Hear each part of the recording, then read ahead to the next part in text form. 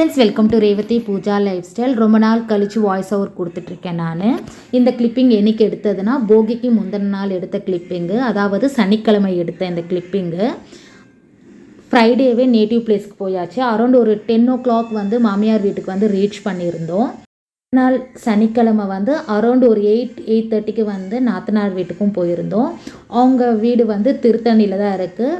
எங்கள் மாமியார் வீட்டுக்கும் அவங்களுக்கும் வெறும் 7 kilometers தான்.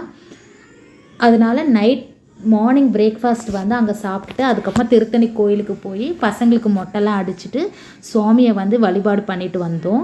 சுவாமிக்கு வந்து தரிசனம்லாம் பண்ணி முடிச்சுட்டு அங்கேயே அன்னதானமும் போட்டிருந்தாங்க.